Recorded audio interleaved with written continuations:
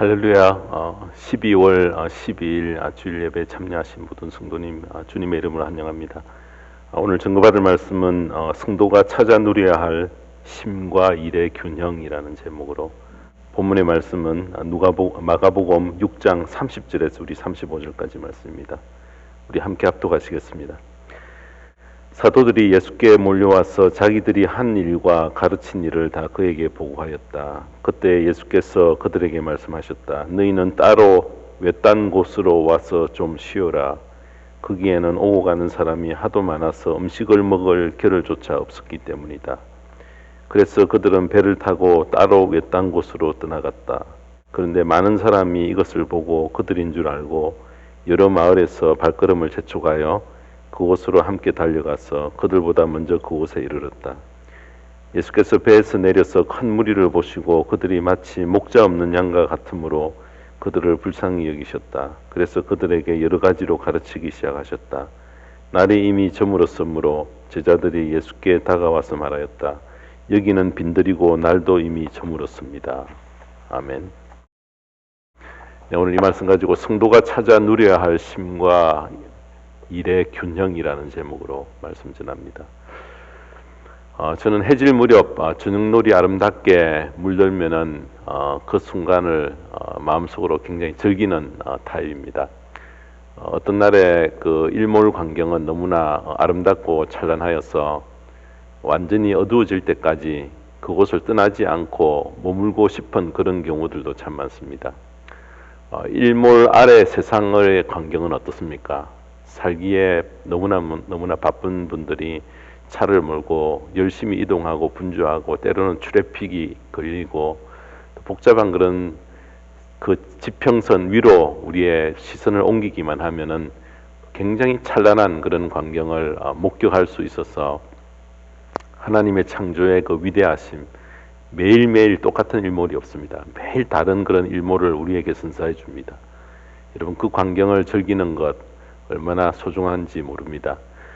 또 즐기는 것 한 가지가 있는데, 제가 샌프란시스코에 잠깐 살았을 때에 샌프란시스코에 가면은 해변에 101 도로가 있습니다. 그 101 도로는 태평양 바다를 볼 수 있는 굉장히 높은 절벽 위에서 이렇게 계속 밑으로 내려가는 그런 도로입니다.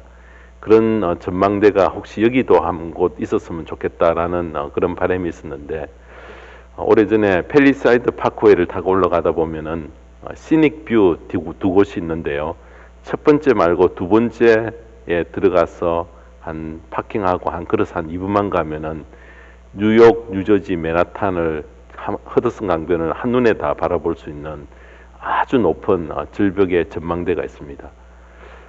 여러분, 우리가 바쁘게 살면서 자신만이 이렇게 즐기고 누릴 수 있는 이런 요소들을 가지는 것 참으로 소중합니다. 자, 그런데 즐길 것도 없고 휴식 없이 계속 일만 해야 하는 여러분, 그런 삶은 큰 고통이 아닐 수 없다는 것입니다. 반대로 할 일이 없어서 계속 쉬는 것도 아주 큰 고통입니다. 일 중독에 빠지는 것도 심각하지만은 할 일이 없으면은 정말 그때 편히 쉴 수 있을까? 여러분, 쉬지 못한다는 것입니다. 감당해야 할 일이 없어지면은 쉽게 허무에 빠지고 때로는 깊은 절망에 빠집니다. 그래서 매일매일 우리가 감당해야 될 일, 해야 될 그 사명이 있고, 여러분, 그것이 없다면은 불행이 한꺼번에 엄습해 올지 모르는 그런 불안감 때문에 절대 평안을 누리지 못한다는 것입니다. 자, 그러므로 주님의 자녀된 성도가 해야 할 일이 있고요. 또 적절한 거기에 따르는 휴식, 쉼을 누린다는 것, 자, 이것이 얼마나 우리 신앙생활에 큰 도움이 되는가, 매우 중요한 문제입니다. 그래서 포드라는 분은 이런 의미 있는 말을 남겼습니다. 휴식의 참된 의미는 일하는 자의 것이다, 이런 말을 남겼습니다. 여러분, 그 말 속에는 아주 뼈 있는 그런 내용이 포함이 되어 있습니다. 휴식의 참된 의미는 일하는 자의 것이다. 하는 일과 휴식의 조화를 잘 이루어야 삶이 행복해질 수 있다는 말이 담겨져 있습니다. 하는 일과 휴식의 조화를 잘 이루어야 정말 우리가 행복해질 수 있습니다. 성경에 보면은 예수님께서도 분주히 그렇게 사역하셨지만은 때를 따라 휴식 시간을 꼭 가지셨던 것을 볼 수 있습니다. 이런 분주했던 사역이 끝나면은 예수님은 산으로 가시든지 또 들로 가셔서 묵상하시고 기도하심으로 삶의 영적인 재충전을 이루셨던 것입니다. 자, 우리의 삶에 매우 중요한 것과 덜 중요한 것이 있는데 건강한 삶을 잘 유지하기 위해 가장 기본이 되는 중요한 네 가지를 들라고 하면은 일과 수면과 놀이와 휴식이라 그렇게 꼽을 수 있습니다. 여러분 이에 대해서 간략하게 한번 살펴보면요. 맨 먼저 이런 하나님이 각 사람에게 주신 소중한 은사를 각자의 삶 속에서 발휘하라고 주신 사명이 바로 우리에게 일입니다. 그래서 사도 바울은 데살로니가후서 3장 10절에 보면은 우리가 여러분과 함께 있을 때에 일하기를 싫어하거든 먹지도 말라 하고 거듭 명하셨습니다 라고 말씀했습니다. 사람들은 삶의 의미를 행하는 일 속에서 찾습니다. 직장에서 퇴직을 하게 되면은 생활비에 대한 염려도 있지만은 더 큰 걱정은 무엇인가? 내가 무슨 일을 하고 남은 여생을 보낼 것인가? 이것이 더 걱정되어지고 더 무섭습니다.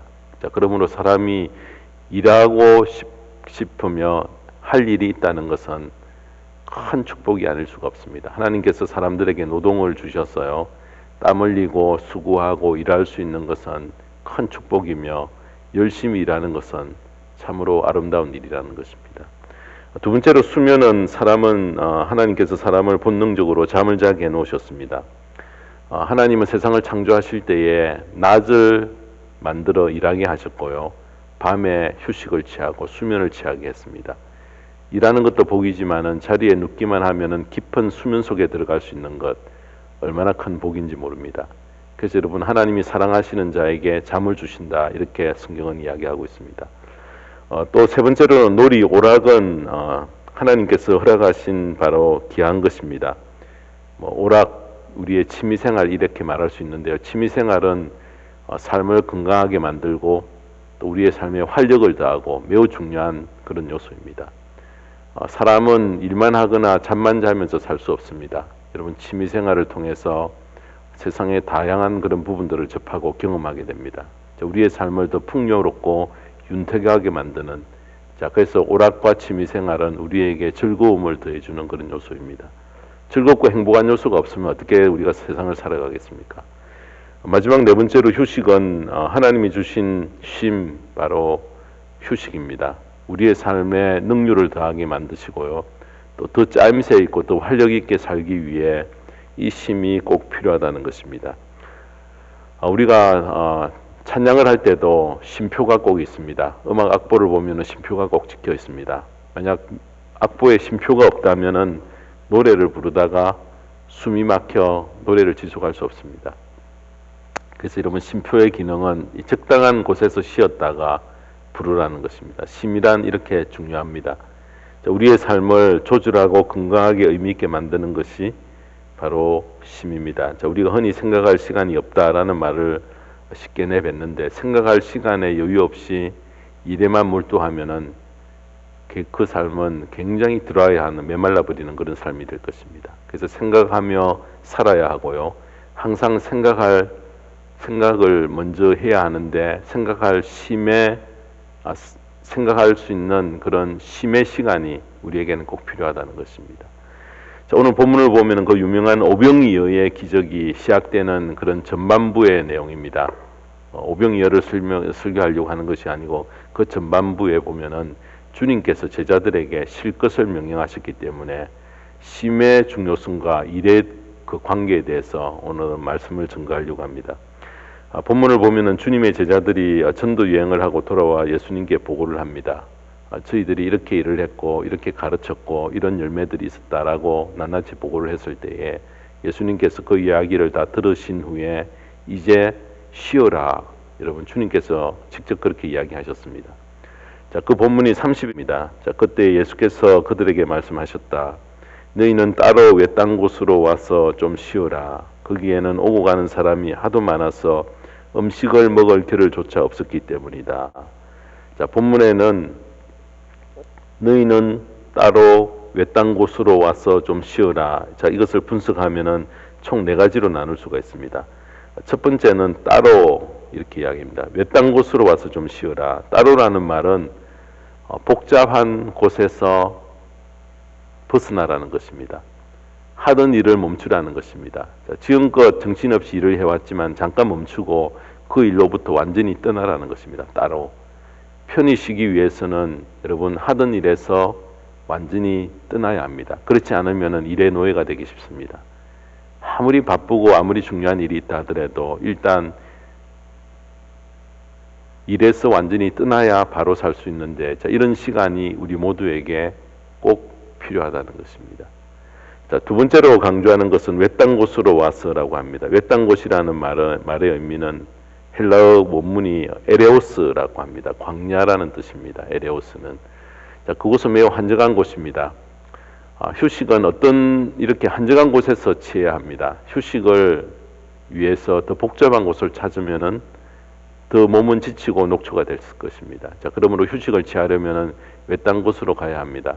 복잡한 곳이 아닌 한적한 곳, 다른 것이 보이지 않는 곳, 때로는 자연만 볼 수 있는 곳, 하나님과 나만이 만날 수 있는 곳, 좀 더 생각을 깊이 조용하게 할 수 있는 그런 곳으로 가야 합니다. 그것이 바로 휴식하는 올바른 신임의 장소라는 것입니다. 특별히 예수님께서 한적한 곳으로 가시는 시간이 참 많았습니다. 그것을 우리는 성경 곳곳에서 볼 수 있습니다. 예수님께서는 이른 새벽 한적한 곳으로 가시기도 했고요. 밤에 한적한 곳을 찾으셨습니다. 이렇게 많은 사람이 있지 않고 번잡하게 시달리지 않는 조용한 곳으로 가셔서 깊이 묵상하며 하나님을 만나는 명상의 시간을 주님은 자주 가지셨다는 것입니다. 그래서 한적한 곳으로 가라 명령하는 그런 이유가 바로 여기에 있습니다. 세 번째는 와서 쉬어라. 와서라는 말은 바로 내게로 와서 나와 함께 쉬어라는 그런 뜻이고요.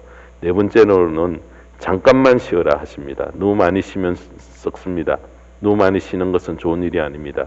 잠깐 쉬어라. 또 일하자라는 말씀이 여기에 이어지는 의미로 생각이 됩니다. 그래서 따로 한적한 곳에서 와서 잠깐, 예수님께서 이 네 가지로 말씀을 하셨습니다. 사랑하는 성도 여러분, 일과 쉼이 조화를 이루는 것, 이것은 하나님의 중요한 뜻입니다. 그래서 여러분 이 쉼에 대해서 출애굽기 20장 8절에서 10절에 보면은 너희는 엿새 동안 모든 일을 힘써 하여라. 그러나 이렛 날은 주 너의 하나님의 안식일이니 너희는 어떤 일도 해서는 안 된다. 쉴 때는 나뿐만 아니라 온 가족도, 그 뒤에 이어지는 말씀을 보면은 일꾼도 심지어 종들도 그리고 가축까지도 다 쉬게 하라, 그렇게 명령을 했습니다. 완전히 전체가 안식을 누리도록 그렇게 명령을 했습니다. 그래서 하나님은 일곱째 날을 안식하는 날로 정해 놓으셨다는 것입니다. 쉼은 인생의 생체 리듬을 살리기 위해서도 꼭 필요하며, 또 적당한 쉼은 윤활유가 되어서 우리의 삶에 얼마나 활력을 일으켜 세워주는 좋은 일인지 모릅니다.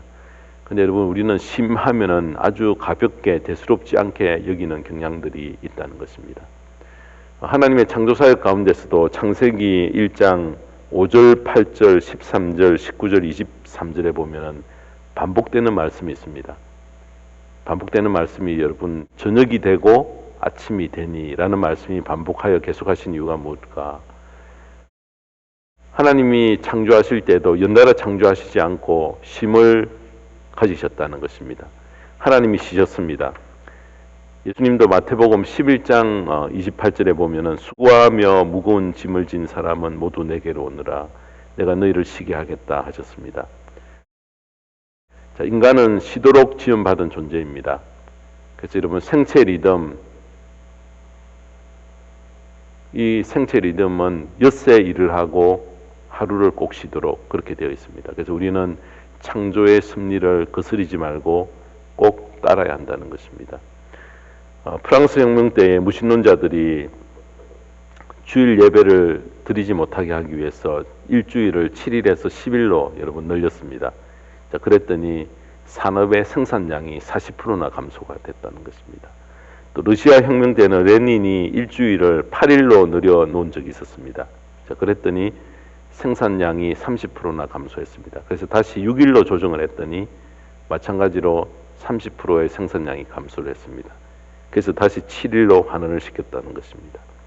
여러분, 이 7일은 하나님이 제정하신 날입니다. 인간은 6일 일하고 하루 쉬도록 창조가 되었습니다. 하나님의 절묘하신 과학입니다. 그래서 인간이 일하는 것만 중요하지 않고요. 바로 이 쉼을 적절하게 유지하고 계속 지키는 것 너무나 중요하며, 바로 안식은 하나님께서 정하신 아주 소중한 그런 뜻입니다. 그래서 쉼을 우리는 휴식 정도로 생각하지만은 하나님께서 쉼과 휴식은 재창조의 시간이었습니다. 우리가 자주 들은 예화 하나가 있습니다. 두 나무꾼이 열심히 나무를 팼는데요. 한 사람은 아침부터 저녁까지 스트레이트로 계속 일을 하고, 또 한 사람은 1시간에 10분씩 쉬면서 일을 반복했다는 것입니다. 나중에 저녁이 되었을 때 누가 더 많은 일을 했는가? 당연히 일과 쉼의 조화를 이룬 사람입니다. 자, 그 사람은 쉬는 동안 10분 쉬는 동안 도끼에 날을 갈았다, 이렇게 이야기를 합니다. 즉 재창조를 위해서 충전하고 준비하는 것이 바로 쉼이라는 것입니다. 여러분, 우리에게 방학이 있고 휴가의 시간을 갖고 안식일을 정하여 지키라고 하시는 이유가 어디에 있습니까? 휴가, 방학을 영어로는 vacation이라 그렇게 말합니다. vacation이라는 말은 준비한다, 청소한다라는 뜻도 함께 포함이 되어 있습니다. 여러분, 방학 동안에, 휴가 시간 동안에 내 삶에 오랫동안 쌓인 먼지를 청소해서 쓸어내는 것뿐만 아니라 내 마음속에 쌓여있던 그런 찌꺼기들, 수고들, 잡념들, 습관화된 것들을 새로 조정하고 청소하는 그런 시간이 된다는 것입니다. 예수님께서 제자들에게 쉬라고 권하신 이유는 바로 마음을 새롭게 할 기회를 갖게 하고 다음 일을 위해서 힘을 비축하게 하고 준비케 하기 위함입니다. 자, 그러므로 성도의 삶 속에 반드시 여러분 쉼, 휴식, 안식 하는 이 시간들을 우리가 가벼이 여기지 말고, 대수롭게 여기지 말고 매우 중요한 그런 요소로 우리는 생각을 해야 됩니다. 성도는 쉼과 일의 올바른 균형을 유지해야 됩니다. 쉼과 일은 자기의 형편과 체력과 여건에 맞도록 균형을 이루어야 합니다. 성도가 신앙생활을 잘하기 위해서 꼭 명심해야 합니다. 쉼도 일도 한쪽으로 기울면은 균형이 깨어집니다. 휴가가 너무 길면은 복귀하는데 너무 큰 방해가 됩니다. 그래서 한 열흘 정도, 보름 정도 실컷 여러분 놀다가 일하려고 복귀를 하면은 균형이 깨어졌기 때문에 굉장히 힘이 듭니다. 그래서 여러분 쉼과 일 사이에는 적절한 조화를 이루어야 한다는 것입니다. 하나님께서 밤과 낮을 만드신 것은 몸의 에너지를 적절하게 보충하고 유지시키기 위함입니다. 사람이 목표를 향해 일을 할 때는 소모된 체력과 에너지가 스스로 재생산된다고 합니다. 안에서 일을 하고 힘이 빠지지만은 계속해서 에너지가 충전이 되어진다고 합니다. 그런데 놀 때는 퍼지고 그냥 휴가를 완전히 그냥 아무 일 하지 않고 그렇게 놀 때는 에너지 소모만 되고 재생산은 절대 되지 않습니다. 여러분, 권투 선수가 경기를 할 때에 3분을 싸우고 1분을 쉽니다. 근데 여러분 만약 바꿨어요. 3분을 쉬고 1분을 싸운다고 해보십시오. 그러면 어떻게 될까요? 리듬이 깨어질 것입니다. 본인의 몸과 환경과 형편을 잘 고려하여서 여러분 이 리듬을 살리면서 우리의 삶을 유지하며 신앙생활에 가는 것 너무나 중요하다는 것입니다. 그래서 우리는 때를 얻어서 로뎀 나무 아래로 향하는 그런 결단이 필요합니다. 엘리야가 지치고 탈진해서 로뎀 나무 아래를 찾아가 쉬었을 때에 하나님으로부터 힘을 얻습니다. 하나님의 격려와 위로를 통해서 힘과 소망을 얻어서 결국 호렙산까지 전진해 갈 수 있었다는 것입니다. 자, 그러므로 쉼과 일은 균형을 이루어야 합니다. 우리의 신앙생활에 굉장히 중요합니다. 휴식은 몸만을 위한 것이 아니라 조직을 위해서, 또 가정을 위해서, 공동체의 건강을 위해서 필수적인 것입니다. 하나님이 제정하신 안식일의 기능은 두 가지가 있습니다. 첫 번째는 맨 먼저 하나님 앞에 온전한 예배를 드리는 그런 기능입니다. 예배를 통해서 하나님께 영광을 돌립니다. 모든 것을 다 내려놓고 먼저 1순위로 하나님 앞에 예배 드리는 것을 중요시 여기라, 바로 그 뜻이 여기 들어있고요. 두 번째 기능은 이렇게 함께 모여 예배에 집중함으로 말미암아 히브리 공동체를 건강하게 유지하는 구심점이 되었다는 것입니다. 여러분은 안식일에 함께 예배를 드림으로 말미암아 히브리 정신, 또 공동체, 조직, 민족, 더 나아가서는 나라를 건강하게 유지하는 든든한 밑거름이 되었다는 것입니다. 공동체가 함께 모임으로 결집하는 힘을 가지게 되고 구심점을 형성하는 큰 공헌을 하게 된다는 것입니다.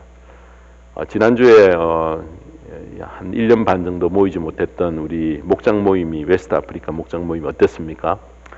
여러분 목장 모임이 있기에 또 예배에 참여를 독려할 수도 있고요. 목원들 간의 형제가 생기고 헌신할 수 있는 동기부여가 되고 또 목적을 위해서 우리가 함께 힘을 합할 수도 있고 더 가까운 관계를 만들고 성도의 귀한 교제가 이루어집니다. 가정도 마찬가지입니다.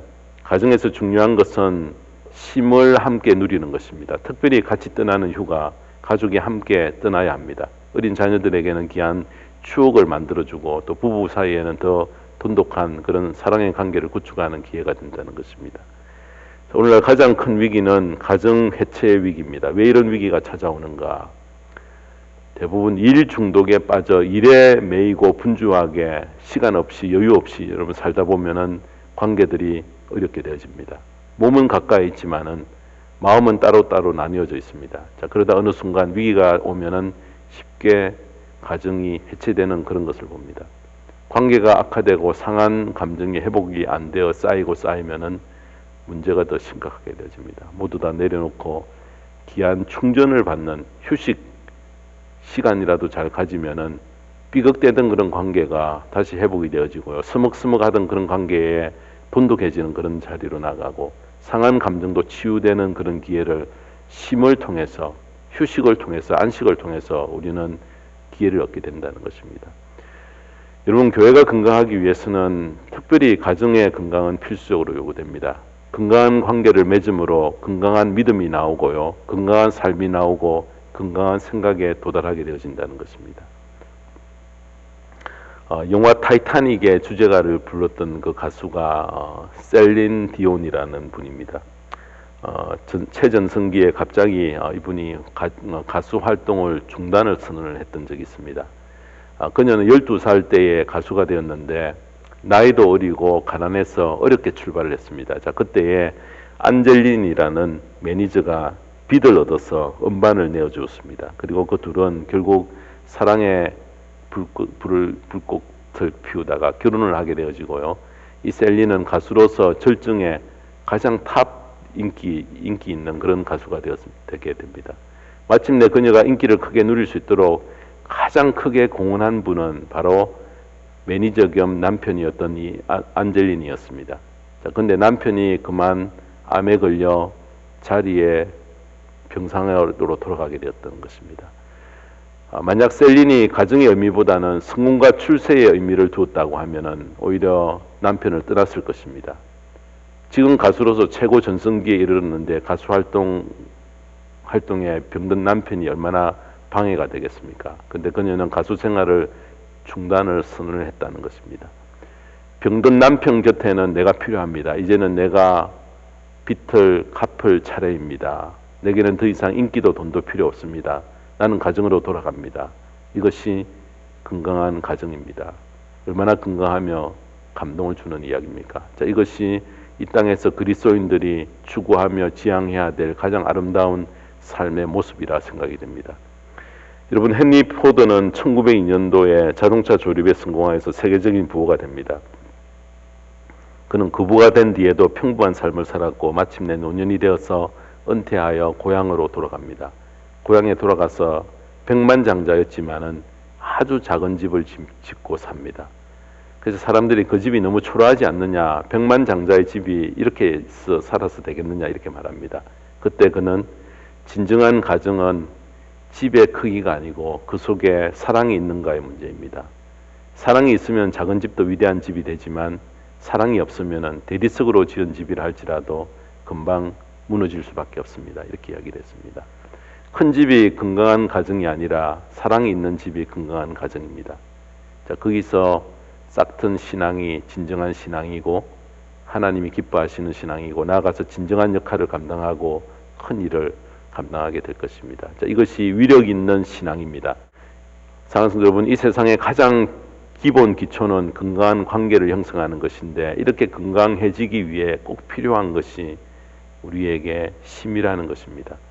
그래서 여러분, 쉼을 우리는 가벼이 여기지 말고 대수롭게 그냥 흘러듣지 말고, 적절한 쉼은 우리의 삶에 너무나 소중한 그런 역할을 감당한다는 것입니다.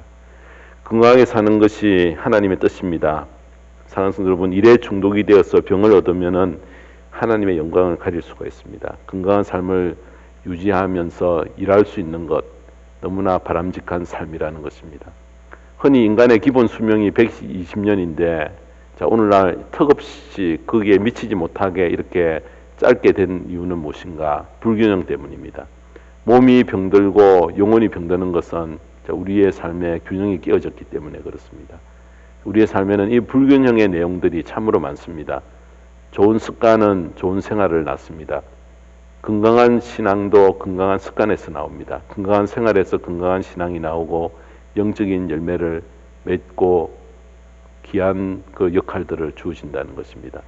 예수님은 많은 사역 때문에 날마다 사람에 둘러싸여 식사할 겨를도 없었지만은 한적한 곳을 찾아가서 잠깐 쉼을 강조하셨고, 스스로 산으로 가시고 스스로 조용한 곳을 찾아서 쉬셨습니다.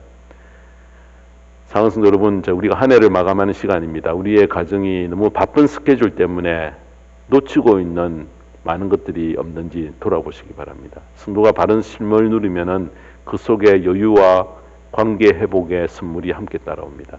서먹서먹한 관계를 돈독하게 만들고요, 상한 감정들을 다 씻어낼 수 있는 기회를 쉼 가운데 찾고 다시 회복하시기를 바랍니다.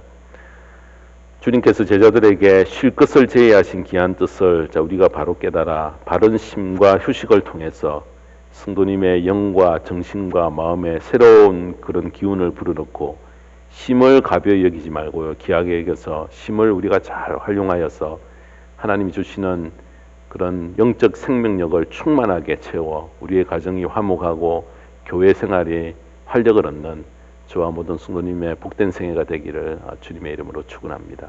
기도하겠습니다.